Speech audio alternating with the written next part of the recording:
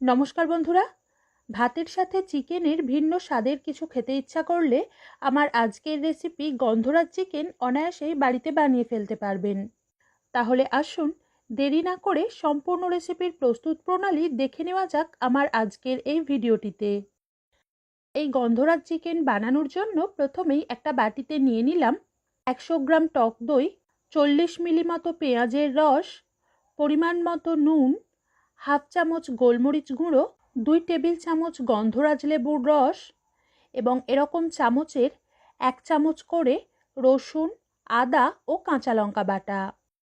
এবার একটা ভালোভাবে ধুয়ে জল ঝরানো গন্ধরাজ লেবুর শুধুমাত্র উপরের সবুজ খোসাটাকে গ্রেটারের সাহায্যে এইভাবে গ্রেট করে নেব।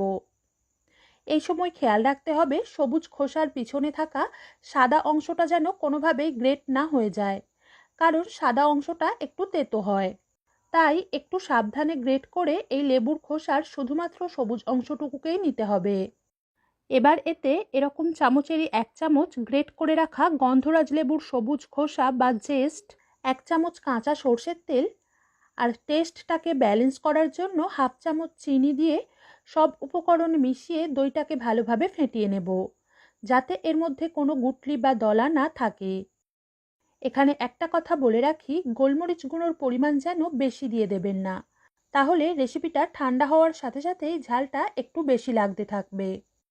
এখন এতে 750 গ্রাম চিকেনের পিস দিয়ে ভালোভাবে মাখিয়ে ঢাকনা দিয়ে ঘরের তাপমাত্রায় বা ফ্রিজে কমপক্ষে 30 মিনিট ম্যারিনেট হওয়ার জন্য রেখে দেব। তারপর একটা কড়াইতে 50 মিলি মতো সর্ষের তেল গরম হয়ে এলে কয়েকটা মুখ ফাটিয়ে রাখা ছোটো এলাচ আর দালচিনি ফোড়ন দিয়ে কয়েক সেকেন্ড সাঁতলে নেওয়ার পর এগুলো ভাজার সুন্দর গন্ধ বেরোতে শুরু করলে দিয়ে দিলাম 3টে অর্থাৎ 150 গ্রাম মিহি করে বাটা পেঁয়াজ। প্রথমে এই পেঁয়াজগুলোকে বেটে নেওয়ার পর খানিকটা জুস বা রস চেপে বের করে নিয়ে চিকেনের পিসগুলো ম্যারিনেট করার জন্য ব্যবহার করেছি। পেঁয়াজ বাটাটাকে মাঝারি আঁচে 4 থেকে 5 মিনিট ভাজার পর রঙটা হালকা লাল হয়ে এই মিশ্রণের সাইড থেকে তেল আলাদা হতে শুরু করলে বুঝে নিতে হবে যে পেঁয়াজ ভালোভাবে ভেজে নেওয়া হয়ে গেছে। তখনই এর মধ্যে মশলা বা ম্যারিনেটটা ঝরিয়ে চিকেনের পিসগুলোকে দিয়ে ভালোভাবে মিশিয়ে গ্যাস বাড়িয়ে হাইতে রেখেই 10 মিনিট কষে নেব। চিকেনের পিসগুলোকে কড়াইতে দেওয়ার পর প্রথম থেকেই গ্যাস কমিয়ে রেখে কষবেন না, তাহলে কিন্তু চিকেনটা সিদ্ধ হওয়ার পর একটু ছিবড়ে মতো বা শক্ত হয়ে যাবে। প্রায় 10 মিনিট হাই ফ্লেমে কষে নেওয়ার পর দেখতেই পাচ্ছেন যে এই মশলা থেকে তেল আবারও আলাদা হতে শুরু করে দিয়েছে।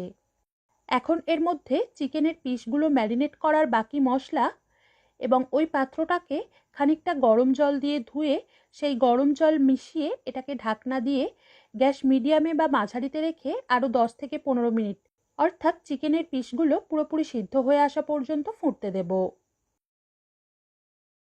তারপর চিকেন পুরোপুরি সিদ্ধ হয়ে এলে এর মধ্যে হাফ চামচ গ্রেট করা গন্ধরাজ লেবুর জেস্ট বা সবুজ খোসা আর 1 টেবিল চামচ গন্ধরাজ লেবুর জুস বা রস দিয়ে গ্যাস বন্ধ করে 2টো গন্ধরাজ লেবুর পাতা এবং 2 চামচ মতো বাটার মিশিয়ে নুন ঝাল ও মিষ্টির স্বাদটা চেখে দেখে অ্যাডজাস্ট করে নিয়ে কিছুক্ষণ ঢেকে রেখে নামিয়ে নিলেই আজকের রেসিপি পরিবেশনের জন্য তৈরি হয়ে যাবে।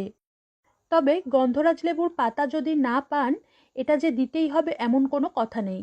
শুধুমাত্র তাজা বা টাটকা গন্ধরাজ লেবুর সবুজ খোসাটাকে গ্রেট করে দিলেই কিন্তু এর ফ্লেভারটা বেশ ভালো আসে। আজ এ পর্যন্তই। সবাই ভালো থাকবেন, সুস্থ থাকবেন। ধন্যবাদ।